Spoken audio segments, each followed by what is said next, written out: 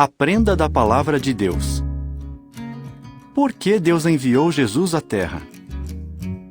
Este artigo considera algumas perguntas que você talvez tenha e mostra onde encontrar as respostas em sua Bíblia. As testemunhas de Jeová terão prazer em analisar essas respostas com você. 1. Onde Jesus estava antes de Deus enviá-lo à Terra? Jesus vivia no céu como criatura espiritual antes de nascer em Belém, Israel. Jesus foi a primeira criação de Deus e o único criado diretamente por Ele.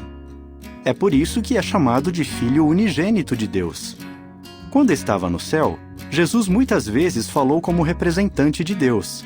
Assim, ele é chamado de a Palavra. Ele também agiu como ajudador de Deus e participou na criação de todas as outras coisas. Jesus viveu com Deus no céu por incontáveis milhões de anos antes de a humanidade ser criada. Miqueias 5:2 diz: E tu, Belém Efrata, pequena demais para chegar a estar entre os milhares de Judá, de ti me sairá aquele que há de tornar-se governante em Israel, cuja origem é desde os tempos primitivos, desde os dias do tempo indefinido. João 17:5 diz: De modo que agora, Pai, glorifica-me junto de ti, com a glória que eu tive junto de ti antes de haver o mundo. 2. Como Deus enviou seu Filho à Terra? Jeová transferiu a vida de Jesus do céu para o ventre de Maria por meio do Espírito Santo, de modo que Jesus não foi gerado por um pai humano. Anjos anunciaram seu nascimento a alguns pastores, que estavam passando a noite ao ar livre para vigiar seus rebanhos. Assim, Jesus não nasceu em pleno inverno, mas provavelmente no início de outubro, quando ainda não está frio naquela região. Algum tempo depois, Maria e seu marido, José, levaram Jesus para sua casa em Nazaré e o criaram lá. José cuidou de Jesus como se fosse seu próprio filho. Mateus 1:18-23 diz: Mas o nascimento de Jesus Cristo deu-se da seguinte maneira. Durante o tempo em que a sua mãe Maria estava prometida em casamento a José, ela foi achada grávida por Espírito Santo, antes de se unirem. No entanto, José, seu marido, porque era justo e não queria fazer dela um espetáculo público, pretendeu divorciar-se dela secretamente. Mas, depois de ter cogitado estas coisas, eis que lhe apareceu em sonho um anjo de Jeová, dizendo: José, filho de Davi, não tenhas medo de levar para casa Maria, tua esposa, pois aquilo que tem sido gerado nela é por Espírito Santo. Ela dará à luz um filho, e terás de dar-lhe o nome de Jesus, pois ele salvará o seu povo dos pecados deles. Tudo isso aconteceu realmente para que se cumprisse o que fora falado por Jeová por intermédio do seu profeta, dizendo: Eis que a virgem ficará grávida e dará à luz um filho, e dar-lhe-ão o nome de Emanuel, que quer dizer, traduzido, conosco está Deus. Quando tinha cerca de 30 anos, Jesus foi batizado, e Deus anunciou publicamente que ele era seu filho. Então, Jesus iniciou a obra para a qual Deus o tinha enviado. Mateus 3:16 e 17 diz: Jesus, depois de ter sido batizado, saiu imediatamente da água. E eis que os céus se abriram, e ele viu o Espírito de Deus descendo sobre ele como pomba.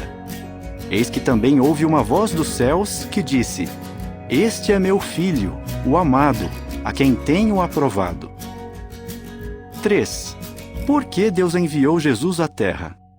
Deus enviou Jesus para ensinar a verdade às pessoas.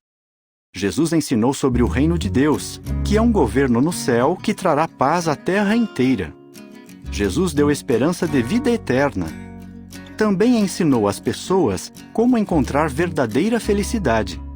Além disso, Jesus ensinou por meio de suas ações. Por exemplo, ele mostrou como fazer a vontade de Deus, mesmo em circunstâncias difíceis. Quando era maltratado, ele não revidava. 1 Pedro 2:21-24 diz: De fato, fostes chamados para este proceder, porque até mesmo Cristo sofreu por vós, deixando-vos um modelo para seguirdes de perto os seus passos. Ele não cometeu pecado, nem se achou engano na sua boca. Quando estava sendo injuriado, não injuriava em revide. Quando sofria, não ameaçava, mas encomendava-se àquele que julga justamente. Ele mesmo levou os nossos pecados no seu próprio corpo, no madeiro, a fim de que acabássemos com os pecados e vivêssemos para a justiça. E pelos seus vergões fostes sarados.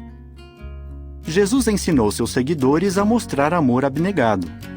Ele tinha muitos privilégios quando vivia no céu com seu Pai, mas humildemente obedeceu a ele e veio à terra para viver entre os humanos.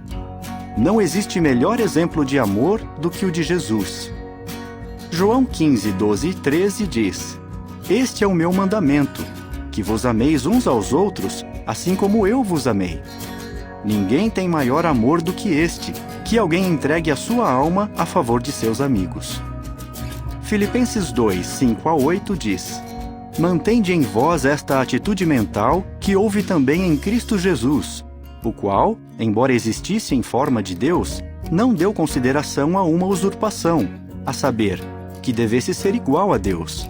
Não, mas ele se esvaziou e assumiu a forma de escravo, vindo a ser na semelhança dos homens.